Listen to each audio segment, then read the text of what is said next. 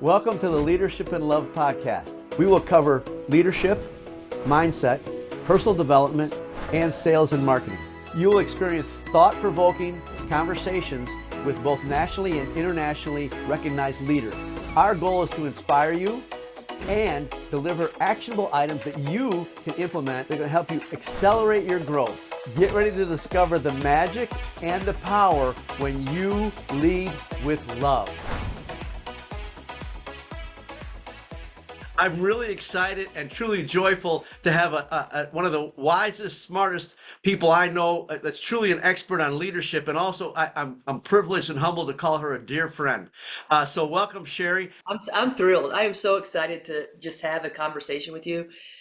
Folks, Lou and I have had many conversations, and I've always come away enriched, smiling, full of laughter, and just appreciative of the time we spend together. So that's what my intention for you people listening. That's my same intention for all of you who are listening today. Thank you for your kind words, and I've always loved your heart and your passion to help other people.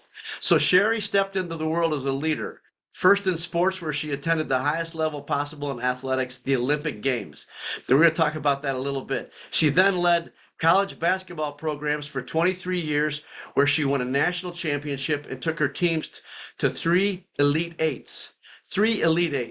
Since 2012, as the CEO of the Winning Leadership Company, she has delivered over 3,800 hours of leadership programs where she has developed Olympic level leaders. Sherry has spoken to audiences as large as 14,000 and has spoken for companies such as Dell, McDonald's, and Adobe.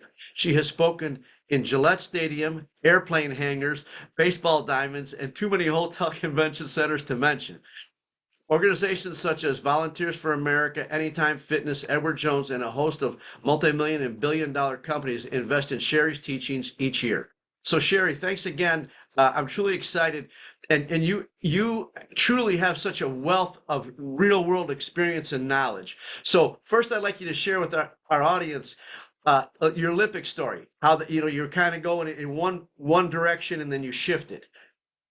So yeah, so it's really interesting because so many times we have this idea of how life should pan out for us. We think, well, if I do X, X, and X, I'll get to X, right? We just have this great plan. We put this plan in place. We got the blueprint. We start working at it. Well, that's what I did. I mean, at the age of 7, I was like, I'm going to be an Olympian. Like I watched it. My parents were watching the Olympics on television. I saw the reactions, and they're like, ah. I'm like, I'm going to do that. That's what I want to do. Well, and then literally the next day, you probably remember Jack LaLanne. Like a lot of people Mhm. wouldn't remember, but I remember I Jack. do.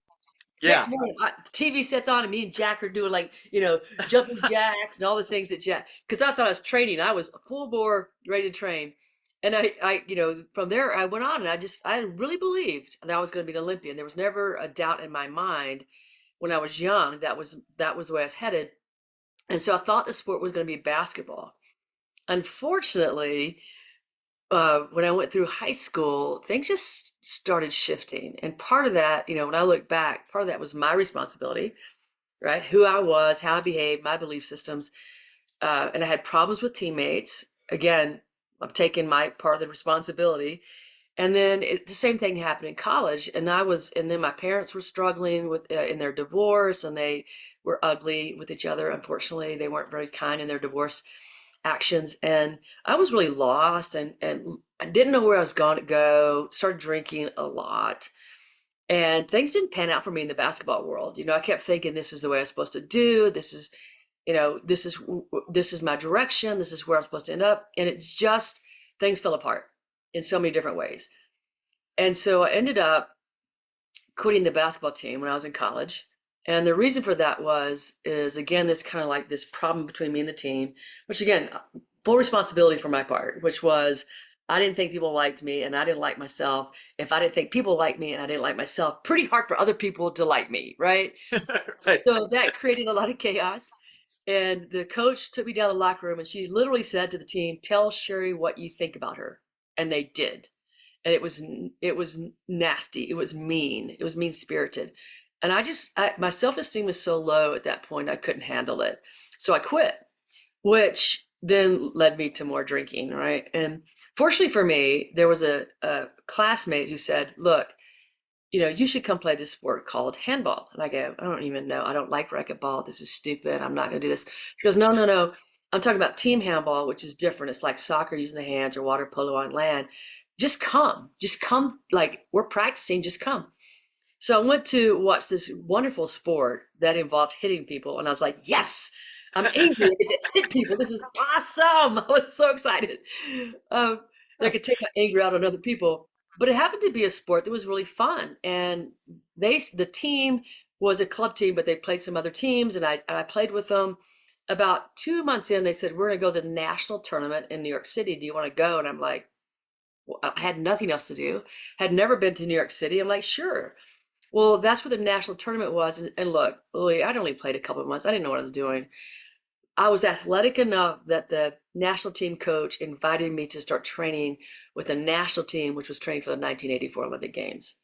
So it was a really valuable lesson to me, which was, look, if a door shuts, it doesn't mean the dream is over. Stop, Sherry, say that again. That's, I want everybody to catch what she just said. This is flipping gold. Please repeat that. Well, if the door is shut, it doesn't mean the dream is over. It just means that you have to shift it a little bit. That the universe, and you can call it source energy, universe, God, whatever, that there's a different plan, a better plan than you could have ever imagined. So don't get mad. Like the dream just shifted. So it was wonderful for me to understand that really truly everything was going to be okay. It's always going to be okay. Even though we think it's not, it's going to be okay. And that slam door just meant, hey, look at this. This is going to be amazing. And it was. And you ended up at the Olympics. I did. I did twice. And did you medal? We did not. So you have to imagine, I started playing the sport at age 19. The people I was playing against had played since they were 5. So, Yeah. we became competitive and we had a shot at actually winning a medal. Unfortunately, we were one goal away from that.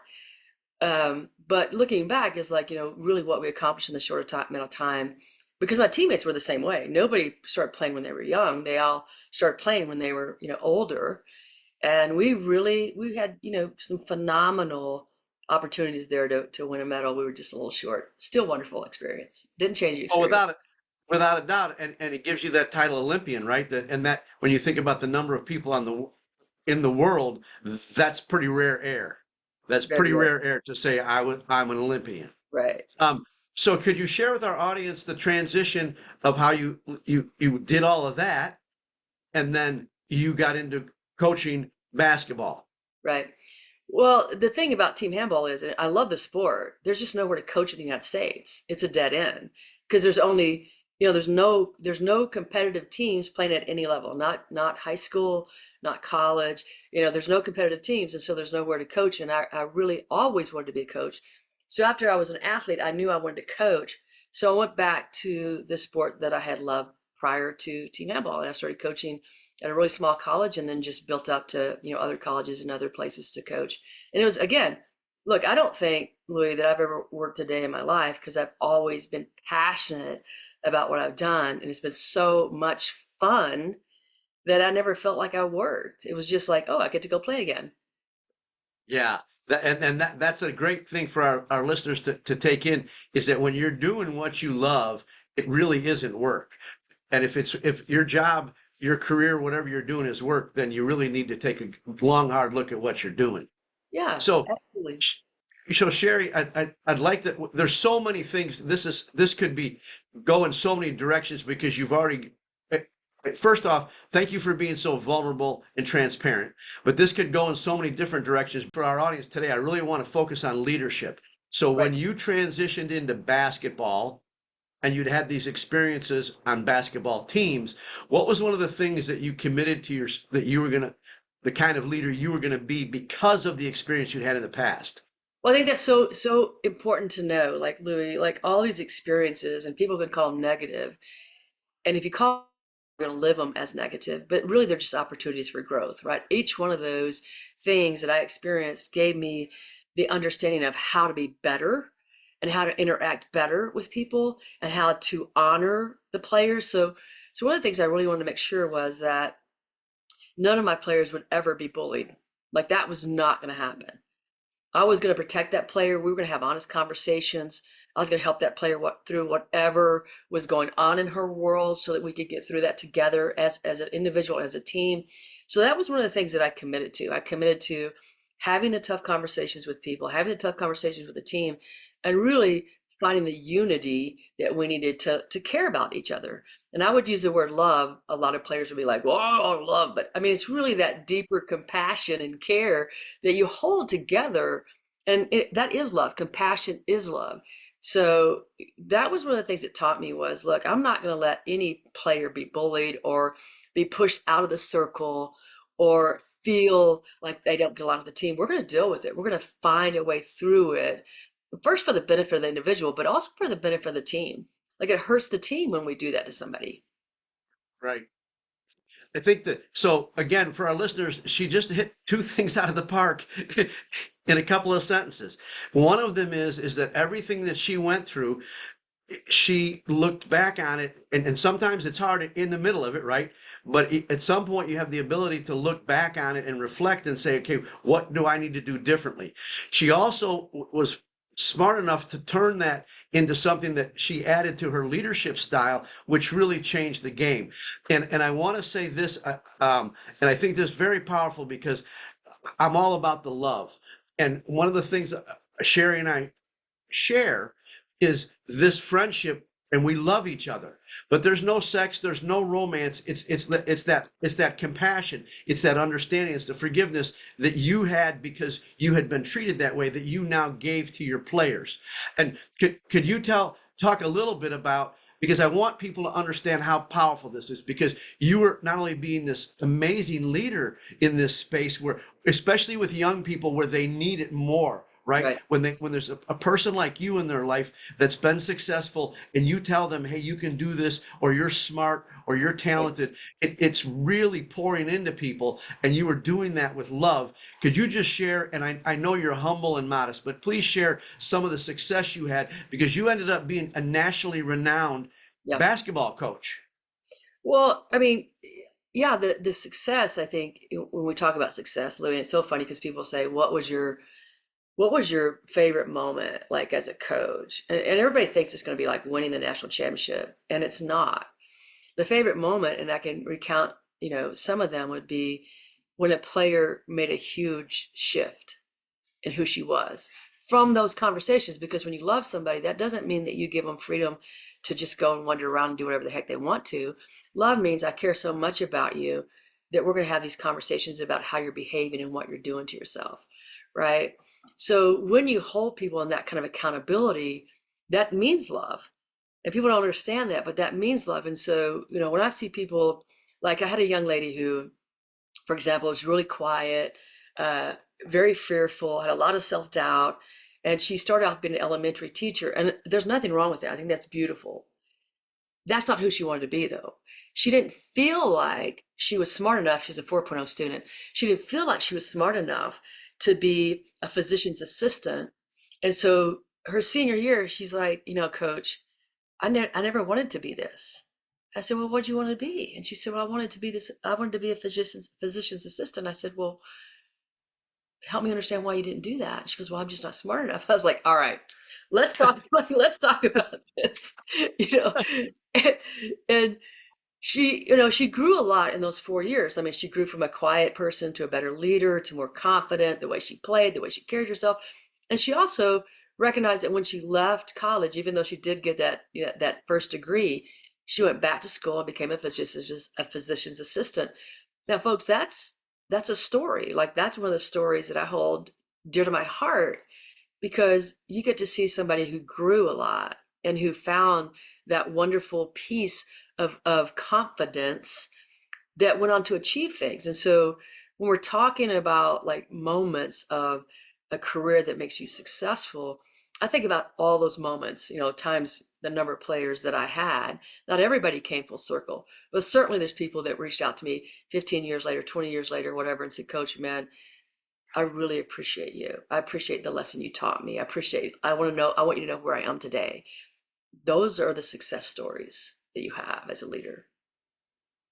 That's touching, Sherry. Yeah, that's just so touching. It warms my heart, that's going to bring me to my next question. And I'd like you to talk about this because I think I call it the downstream.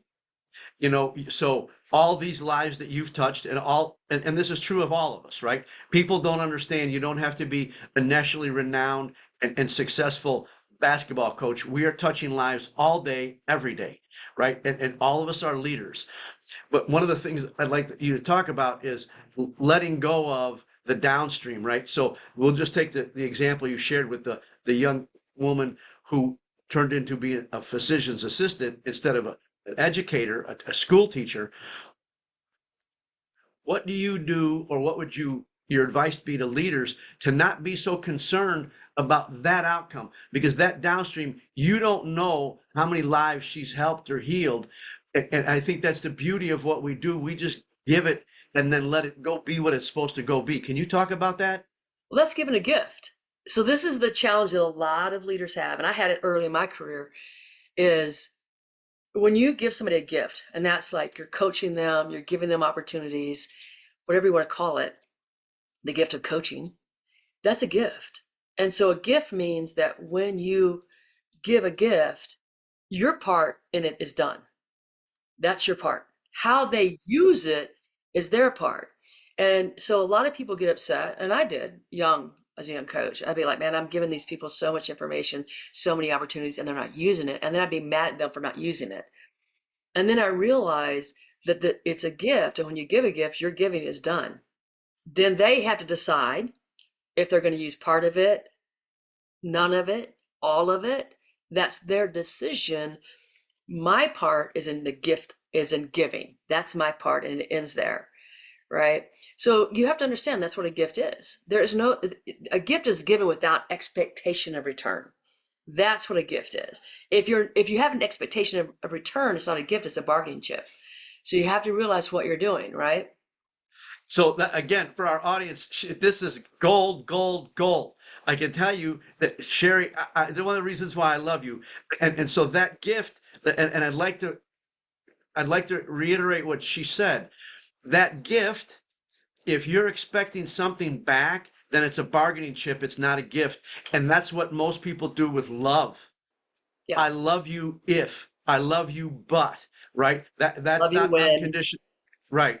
I love you when exactly, and that's not a gift. It's just a bargaining chip, and then it becomes tit for tat, and then it becomes some sort of competitive relationship. So I'd like to kind of morph into now, and it's amazing to me. You're just such a fun, down to earth, humble human. And I mean that sincerely. To your point, we've had great conversations over the couple of years that we've known each other, and they're so interactive. But you've risen to be a nationally renowned and regarded and highly respected speaker, trainer that goes into these organizations and really truly morphs that. So I'd like you to talk about what's one of the things that you think is the most important when you go into an organization or somebody's hired you to do a keynote speech that you always think is critical, that's included in that for a leader to grow? Yeah. So my biggest thing, and I've written about this in a couple of books already, putting out another book soon in April, is self-awareness. Because without that, your potential for growth is almost zero, right? And so it's the ability to look at yourself honestly and being vulnerable, and also with that internal look is not to be angry at yourself. Like it's like that self-awareness that says, oh, here's what I need to improve. Here's my weaknesses. Here's what I'm not doing well. And at that same time, give yourself grace. So what most people do when they start the journey of self-awareness is they start recognizing who they are, how they show up in the world, and then they start beating themselves up. That's not helpful. That's not the space you want to be in. And so it's really talking to people about the biggest way to grow, which means your biggest impact is through you learning more about you, how you show up in the world. What are your thoughts that you're thinking that make you show up as that person, as that individual, without being mad at yourself? Taking responsibility with true compassion, which is self-love, like we talk about self-love, But when people start on this journey, Louis, and I did it when I was younger, is I started recognizing who I really was. I was like, oh my gosh. And then I turned to hate, like more self-hatred. That is not a good part of the journey.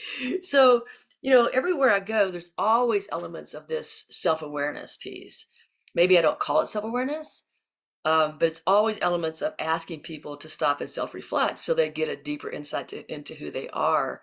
And that's the moment where epiphanies happen. That's the moment where they get an opportunity right there in that moment to go, oh, that's me. Right. Yeah, and I would agree with that. I think that it's it's it's a challenge, right? It's funny because I think we all go through that. I know I went through that when I first started becoming aware of who I was being and what I was doing. And the thing that my big epiphany was like, well, all these relationships are messed up. Who's the common denominator?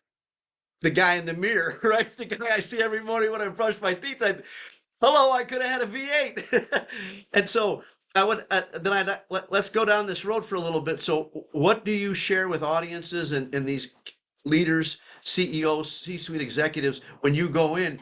What do you share with them or teach them on how to become self-aware? Because I want you to know I'm in 100% alignment. I tell people once you become self-aware, you're about 65% of the way there, right? Because now you're aware of what the hell's going on, who you're being.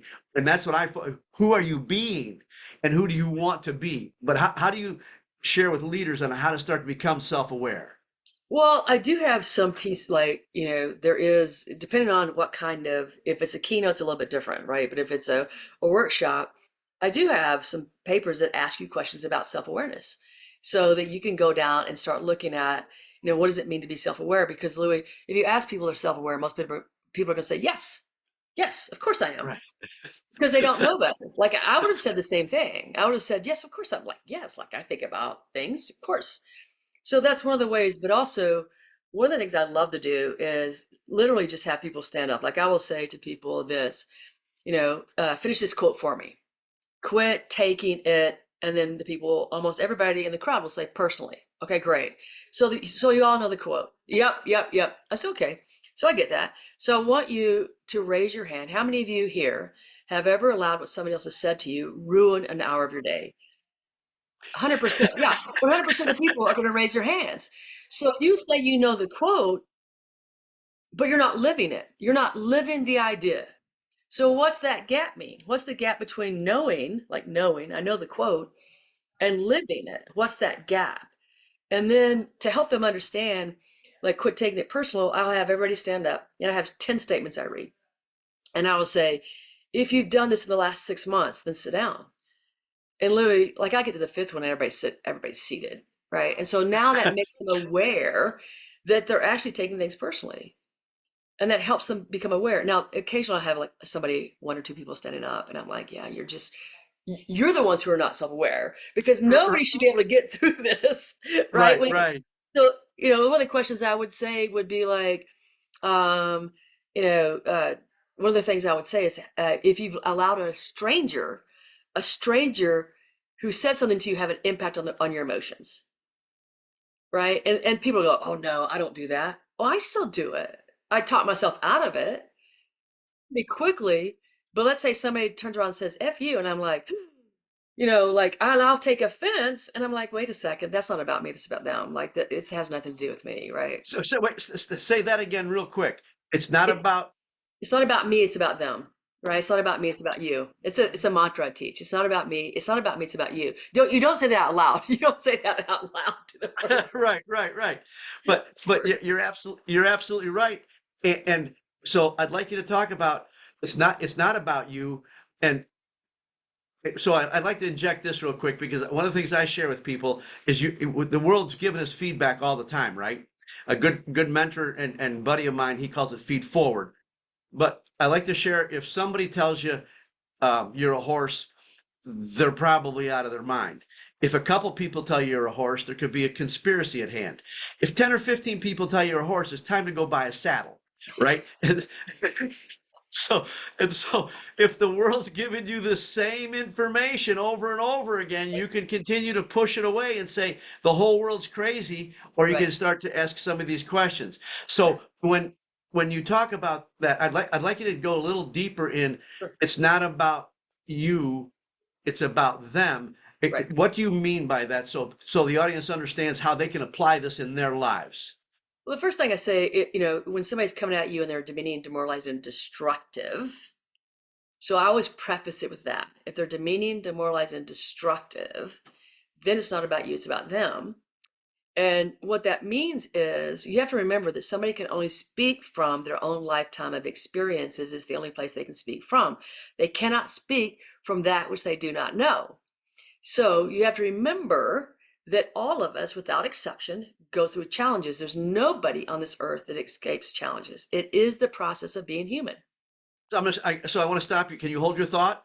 Sure. People, I want to repeat what you said. People cannot do what they don't know. They can only live the experience they've had until they've had a better experience. So that's why you don't take it personally. But please go on. That's another golden nugget there. So you got to imagine all these challenges that we go through in a lifetime, and we're going to have a ton of them. I mean, it's not one, it's not two, it's like 50, 60. I mean, the number is astounding, really, when you think about the challenges that we go through. So we're going to have a major challenge every 12 to 16 months. And then we're going to have these life quakes, what I call a life quake that I read from a book by Bruce Freely. But a life quake is the lifelong dream that blows up in your face. It's the injury or illness that alters your life forever. It's the loved one that betrays you in such a way that seems unforgivable. You're gonna have like 3 to 5 of those as well. So by the time you meet somebody, they've gone through some of this adversity. And some people get better because they've read books, they've had mentors, they've had coaches, they've gone to webinars, whatever. And other people get bitter. So repeat that. People get better because Well, because of what they've done. So they've had coaches, they've had mentors, they've read books, they've attended workshops. I mean, they've done the work, right? They've done work to understand that that moment was an opportunity versus being mad at it. Whereas other people get bitter. Now, when you meet somebody who's demeaning, demoralizing, and destructive, they're bitter. And all they're doing is throwing their bitterness onto you. That's what that means. And the mistake that we make is we let their story become our story. And that's when we get upset. That's when we get sad. That's when we get mad. And it's not about us. It never was about us. It's about the person that's speaking to us. Right. And when we understand that, like to me, I'm able to, when people are being that way, I just start my mantra. It's not about me. It's about you. It's not about me. It's about you until I remember the truth of it. And I remember the other thing that's really huge. If they knew better, they'd do better. And the reason they're not doing better is they don't know better. yeah, Jack Canfield said something that's kind of my mantra. Everybody's doing the best they can with what they know, where they're at. If they knew something better, they'd do something better, but they don't. I'd also like you to talk a little bit about one of the things that I become aware of is whatever you're doing, the only way it's ever going to trigger me if it's still alive in me. Can you talk about that? Absolutely. Absolutely. Nobody can hurt you without your permission, right? That's the second part to this.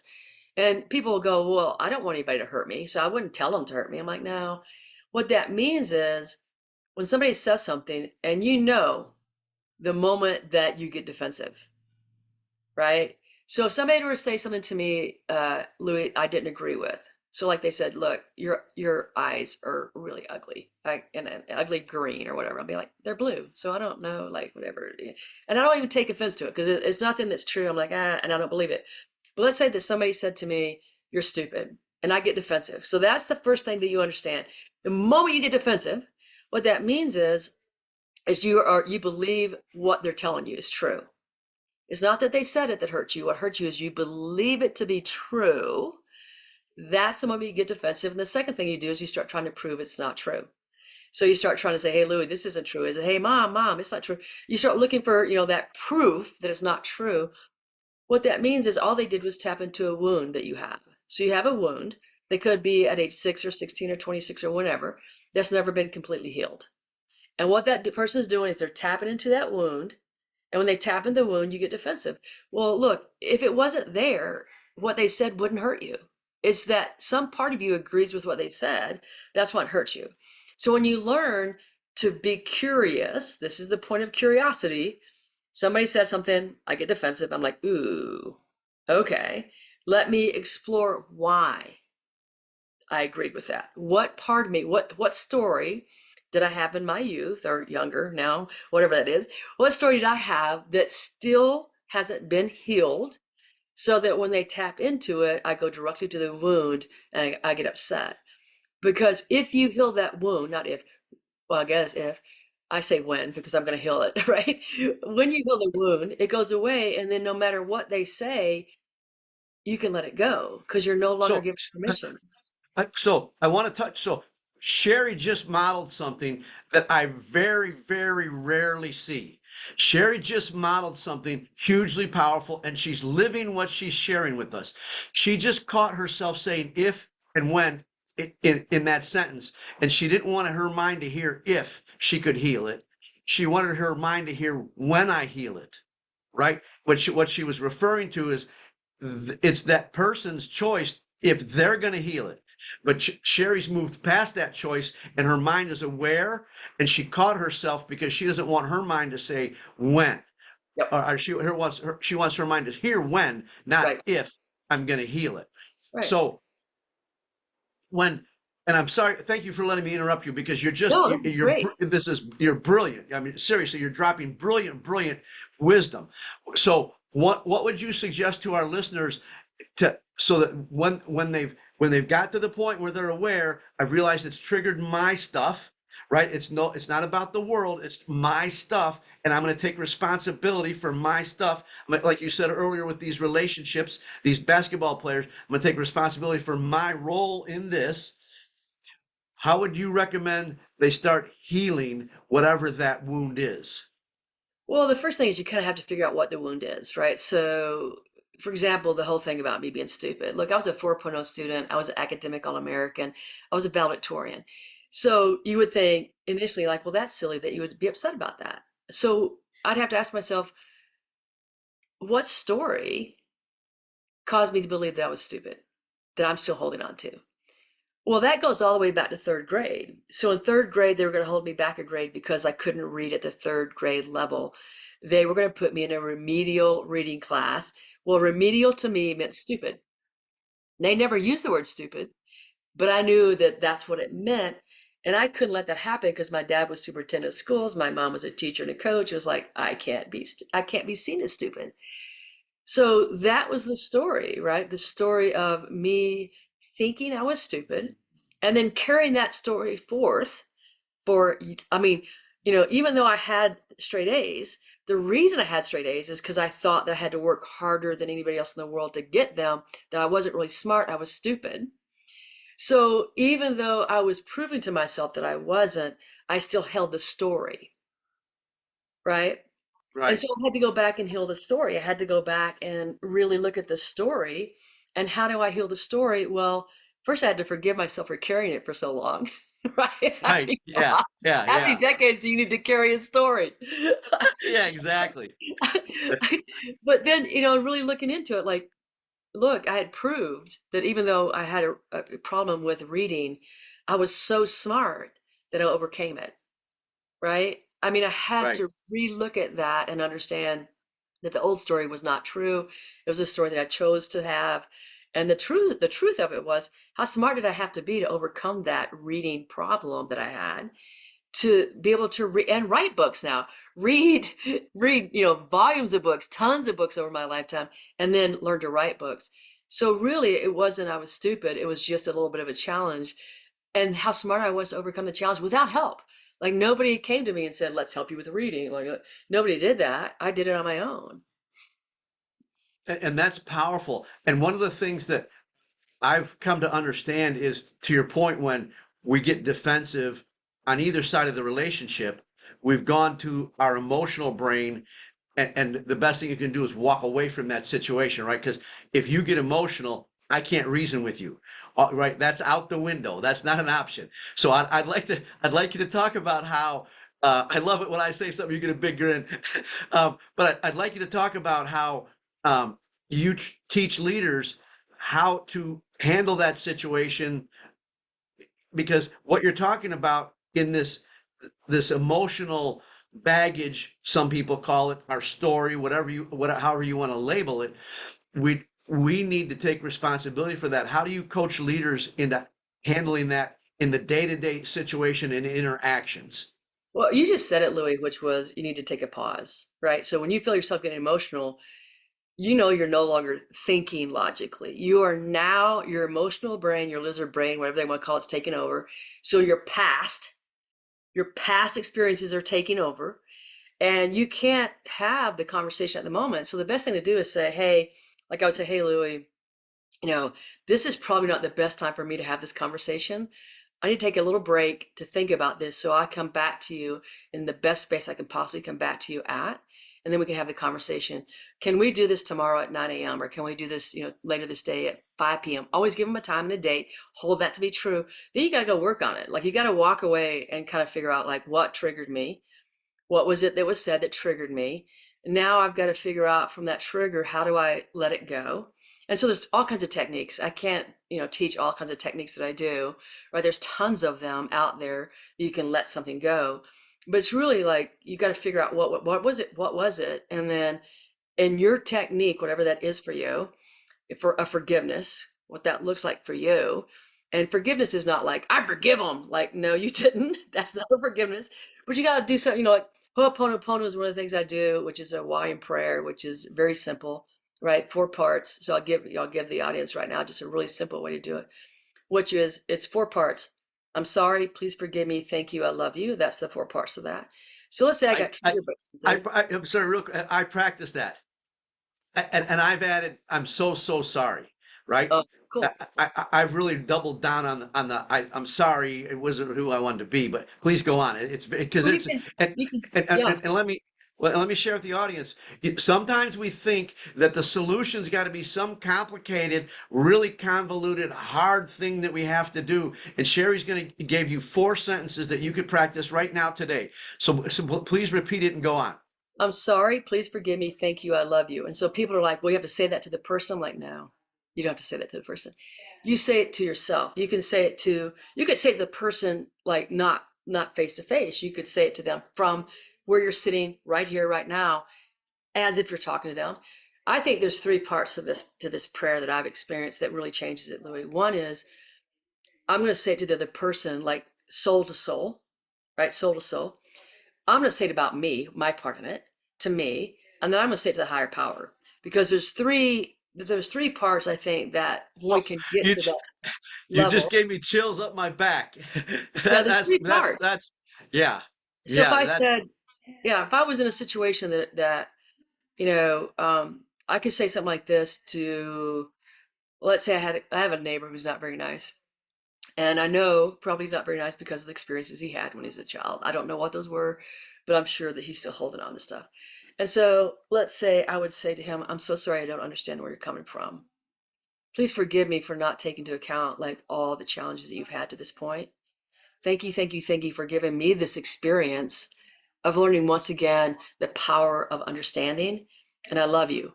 So that would be like the soul to soul. So I'm not talking to him, but I'm talking to his higher soul, right?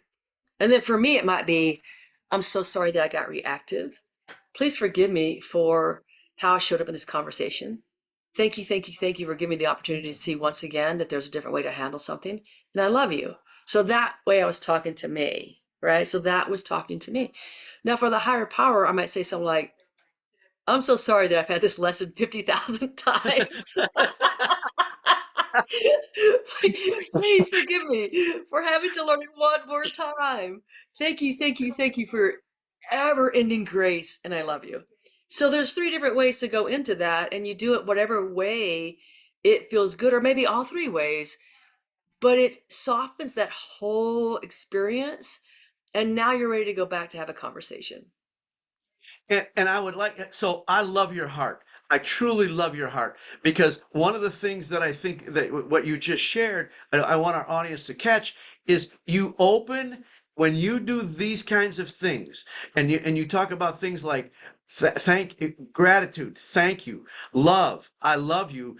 you open your heart and your mind to infiniteness of possibilities that you would have never imagined or never thought of. I could, and so let's go down this road just a little bit. And again, this is for leaders because it's so powerful. I'd like you to share some things that you've created in your life or that have come to you, because one of the things I'm aware of is inspiration comes to all of us. How often it comes is directly related to how fast you act on it. But could you share with the audience some things that have come to you because you've been working on this thing called forgiveness, gratitude, and love that you've created that's made the world a better place? Well, I would start with my family because I think our family is the biggest place where we struggle the most. I think those relationships with families are the biggest place. So when my grandmother passed away, I can remember walking into the room and my mom not sitting close to her, but sitting far away. They didn't have a good relationship, sitting far away at the door. And my grandmother had not been responsive, had really not had any conversations with anybody. And I flew in, I was living in West Virginia. I flew in from West Virginia, and my sister walks into my grandmother's bed and she goes, Granny, Sherry just flew in to come see you. And she literally opened her eyes and she goes, What'd you do? Fly in on a broom? That's what she said to me. And so and that was my typical grandmother. And I thought it was funny, hysterical. Now my mother gets so mad. What, she's gonna talk to you? She ain't gonna talk to me. I've been here for days. And I was like, ooh, I don't want that to be my relationship with my mom. And so even though my mother and I have experienced some very challenging, early on life experiences, I made the decision right then. I was like, I am not going to have this relationship with my mom. I'm going to forgive her and I'm going to love her. I'm going to love my mother. And so, because I made that decision, we've had a much better relationship. I've learned to love her no matter what or who she shows up as. And it changes the family dynamics, right? When you can show up and love your mother. Because I'm like, I'm not going to be the person when she dies that I'm going to sit over by that door and be mad at her. I'm going to have done all the work to have loved her right here, right now. So that's one of the things that really, like when we can shift that, it shifts the family dynamics, not just my relationship with my mother, but it shifted my sister's relationship with her too. And it gave us a better opportunity to have an experience of closeness that we would not have experienced. And I think that that's the work that we do, right? And the work I do, like I did with my neighbor, who sued me over something ridiculous and cost me lots of money. Um, but why would I be angry at him every day? Why would I be angry at him? I wouldn't want to be angry at him every day because that doesn't live in him, it lives in me, right? And so it's those kind of things that can really change your life, how you show up. Like I want to show up as a person who can find the good in everybody, who can bring more light and love in the world. That's how I want to show up. I can't show up as that person being angry and with unforgiveness in my heart, right? Right. That's very true. One of my favorite quotes that you just touched on is when you're busy hating someone, it's like eating a jar of poison, expecting it to kill the other person, right? The only person you're really hurting is you. I'd like you to touch on something that you just hit, but I'd like you to, for the audience to really grasp it, how you do that everywhere in your life, because we both know how you do one thing is how you're doing everything. Right. How powerful is that to take that attitude you had with your mom and use that Mhm. in a team in Yep. those, because I agree with you completely. Our biggest opportunity for growth is in those closest personal relationships because nobody can push those buttons and trigger us like the people that know us best, right? Because they've been doing it for a long time, especially our parents and our siblings. Right. But I'd like you to talk about how important that is to do it everywhere else, and also the importance of boundaries as a leader. Because at some point you can love them. People I think get this messed up in their head where you can love somebody but you don't spend time with them anymore, or you can love somebody but you don't Right. let them allow them to do whatever they've been Oh, doing that was absolutely. hurting you or really destructive to the relationships. Can you talk about that a little bit, please? 100%. 100%. I think that when people think of love, they think it's like, I mean, you talked about like sex and romance before, and they think of like that continual, like you have to show up for them every day. No, no, no, no, no, no. Sometimes the biggest love that you can have is allowing somebody else to be who they are because they have free will, like you have free will, allowing somebody else to be who they are, which means that maybe you can't be around them because they're making choices that are not positive choices for them. because we can't change anybody anyway. It's not our power. We don't have that power. You still love them and you're sending them love and energy. You just can't be in their presence because it's so toxic, right? It doesn't, but you're loving them. I mean, you're not hate. There's no hatred. You have compassion for where they are. You're hoping, you're sending them positive energy. You just can't be there because it's too hard. It's too hard on you to be in the presence of that toxicity, right? So there's that kind of love that we have. And so I think, when I work with teams, it's about having compassion for that person where they are right now. It doesn't mean that it's allowed that they're allowed to show up that way. So let's make sure we understand that. So a greatest love for somebody on a team might be that you decide to terminate them after having conversations, giving them opportunity to grow, right? It might be the biggest love you have is to say, you know what? It's the time for you to understand. We've had conversations. I've given you options. We've worked on some personal improvement plans. You haven't taken the opportunity to move forward. So now it's time for you to move on. And in doing so, you might be giving them the best opportunity for them to learn the biggest lesson they need to learn. It's not from hatred you're doing it. You're doing it from complete love, you know, so that they have the opportunity to recognize what they're doing to themselves and to the team. And so that's powerful because it link again, I want the audience to catch this. That links back to what you said. You just give the gift, right? You don't jump the gun. You give them the gift. You give them the gift of coaching. You give them the gift of your wisdom, your knowledge, your experience, the things that you've used, habits, processes that have helped people in the past.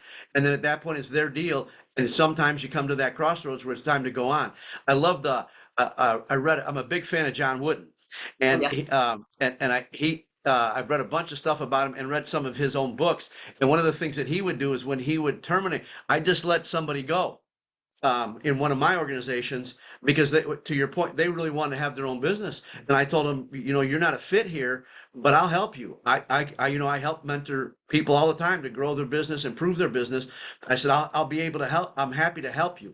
And John Wooden used to, he would take a player that was trying to make the team and he'd say, hey, I'm going to introduce you to the swim coach because I can see you got some skills, but they're probably going to be better in the pool than they are on a basketball court. Right. But that's that gift. And whether he goes and sees the swim coach or not, or whether they learn the lesson, because like you said, I'm in the same school that you are in. There's things I went, thousands of times over and over and over and over before. And duh, Louie, it's you. You were doing this, you were saying this, you were thinking this, you created this thing every flipping time, and then but you'd get angry and blame the world. Right. And so this is such a rich conversation. One of the things I'd like you to share at this point is what's one of the things that you would share with leaders on how to be a strong loving leader for their team. Well, the greatest gift you can give yourself and give your team is to love yourself more, right? That's the greatest gift you can ever give. And so that means, again, we talked a little bit, I said this before, but getting a coach that can help you get there, or getting a mentor, or, if you get reading books, you can certainly read books. I've written books, you've written books, reading a book, to listen to podcasts. You have to retrain. And this is the hard part for people.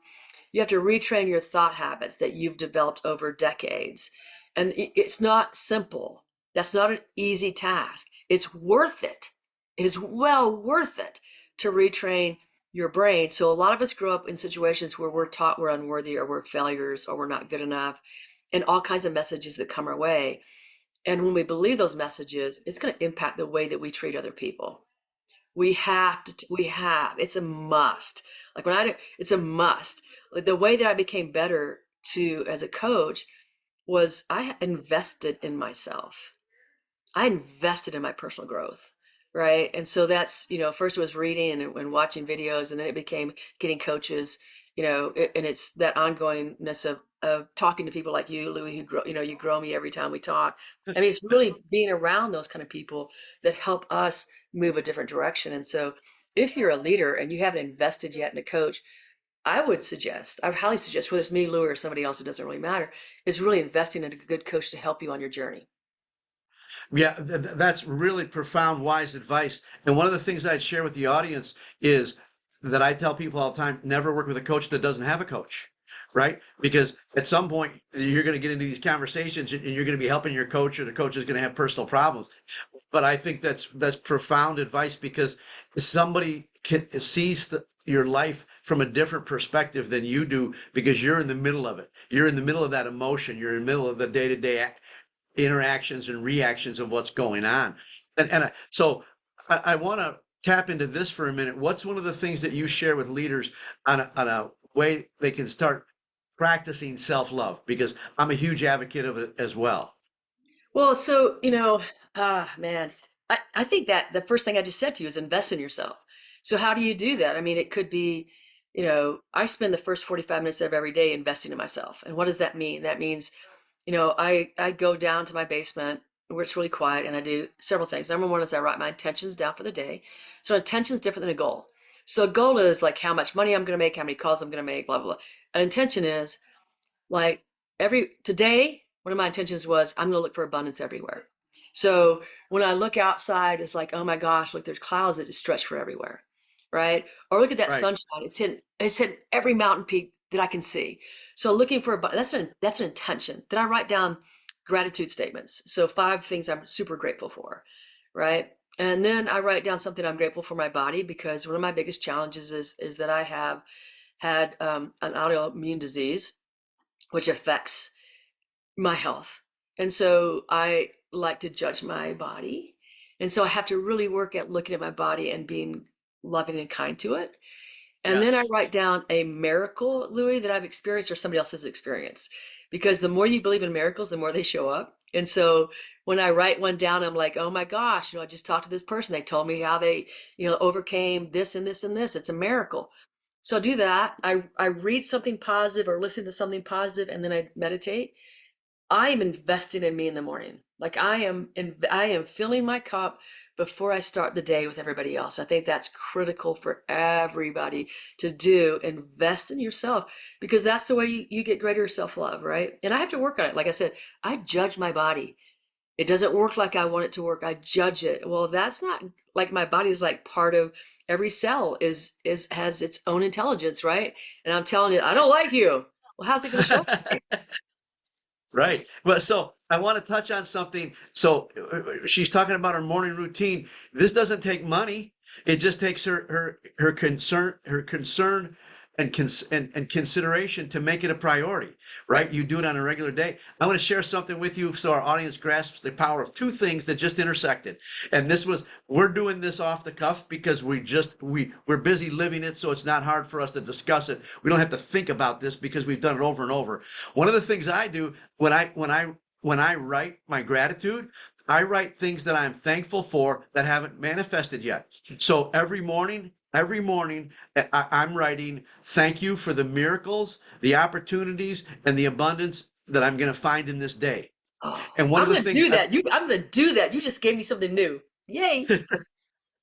And so, because to your point, and let's talk about this for leaders, because we're in leadership and mindset and personal development, and they're all connected, right? I've got 4 pillars for this, and I asked you and you wanted to go on leadership, but this is truly how we lead ourselves, is with personal development, is with changing our mindset, right?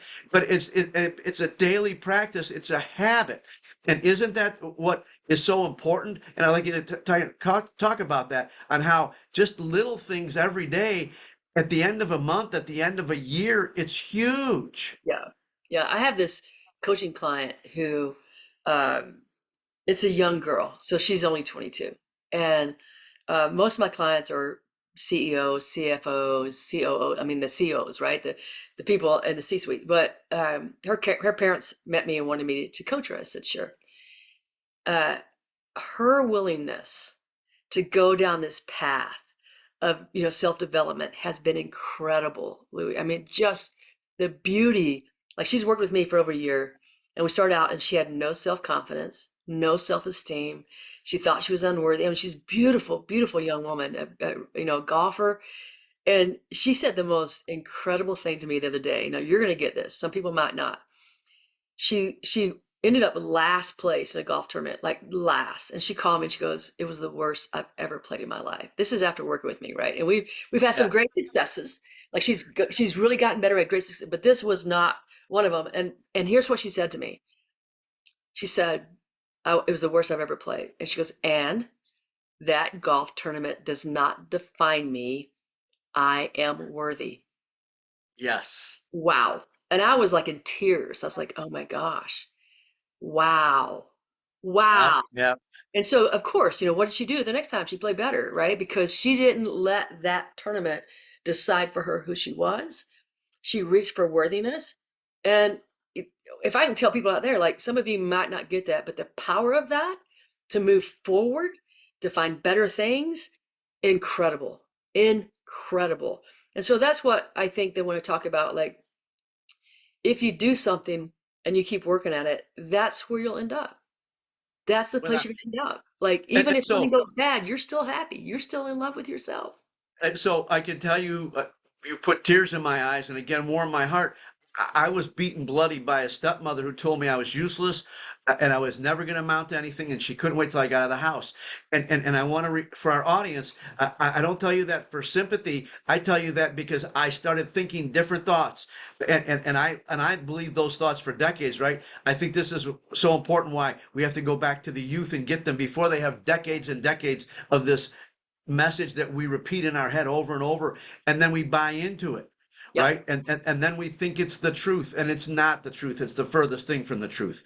of Sherry, course. we could go on for days, my friend, but I'd like to ask you, I like to usually end with two questions. One is, if there was one book you could recommend to the audience, what would be one book? For those My for book. those of you that are listening and not watching, she just held up her book. Hold that up again so I can read It's, it's called Winning Leadership: Seven Secrets to Being a Truly Great, Powerful Leader. there you go. So so okay, so that answers my first question. My second question is, tell tell us what you love the most about your work that you do now. Your keynote speaking, your workshops, when you're going into these organizations and you're really creating this great transformation. What do you love most about it? Well, the ability to offer gifts to people, so the ability to influence and impact. And so, you know, sometimes people will come out and nobody has received anything, and maybe they need that's the first seed they've ever had planted. But really, the opportunity to share with folks what I've spent decades in learning, and when that light bulb comes on or that change in their life comes, it wasn't because of me, but I was part of the seed planting. I was part of the gift giving that helped people get there.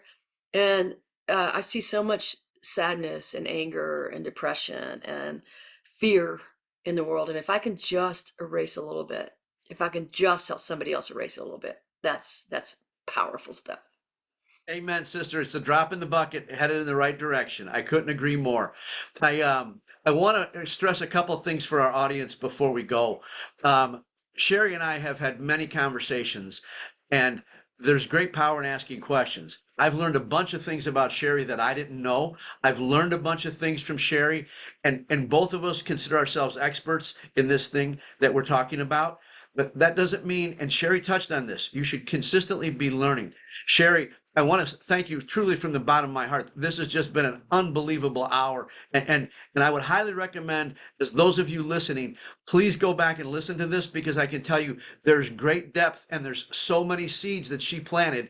And it might not sprout today, it might not sprout tomorrow, but if you consistently stay at this and review things like this, it will sprout at some point.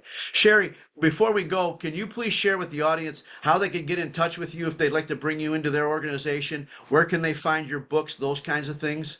You can find me at www.thewinningleadershipcompany.com, thewinningleadershipcompany.com. And any of those of you who are listening, here's what I'm going to offer you today. It's free, a 1 hour free session with me, so that you can discover like any of the challenges that you've had, so you can discover 3 takeaways that will help you get through those. And so when I say free, here's what I'm going to tell you. Here's the catch. Folks, if you choose to do this, and you go to my website, if you choose to do this, then your promise back to me is that you will promise to rant and rave about me to other associations, organizations, and people. So that's why it's free, because you're going to be my marketer. That's what you're going to do for me. So thank you. Oh my gosh. And so now here's what I want all of you listening to understand. There's only one difference between people that are living the life of the dreams and the people that aren't. They make a choice and they take action. And so Sherry just gave you 60 minutes. And so let's do this just so to put this in perspective. Sherry, if I was to hire you, what's it cost for me to 60 minutes of your time? It's $350 for 60 minutes. So she just gave you $350. The question is, are you going to go to her website and take action, or are you going to think, yeah, I'll get to it some other day? I just put a quote on Facebook this morning that the road to someday leads to a town called nowhere. So I highly recommend, and I've built this podcast for you to take action, right? So Sherry's giving you an action to take. She's given you about 15 or 20 of them that were brilliant, but now she's giving you an action so you can call her and ask her and delve deeper into whatever she said that might have touched your heart or that you might have questions about. And the other thing that she said, call her up and say, hey, this is my stuff. And how can I get out of it? And she just said, I'm going to give you 3 things to do. Thank you so much, Louie. This has been a lot of fun. Thank you, thank you, thank you. I love you, Sherry. It was truly my pleasure. My pleasure. Enjoy the rest of your day. Thanks again for joining us and listening to this episode of Leadership and Love. I would like to challenge you to ask yourself, what's one thing that you heard today that you can implement immediately to improve your leadership and accelerate your growth? If you've gotten value out of this episode or learned something that you can implement today, we'd ask that you please share it with those that you care about. Our goal is to create more leaders who are leading with love.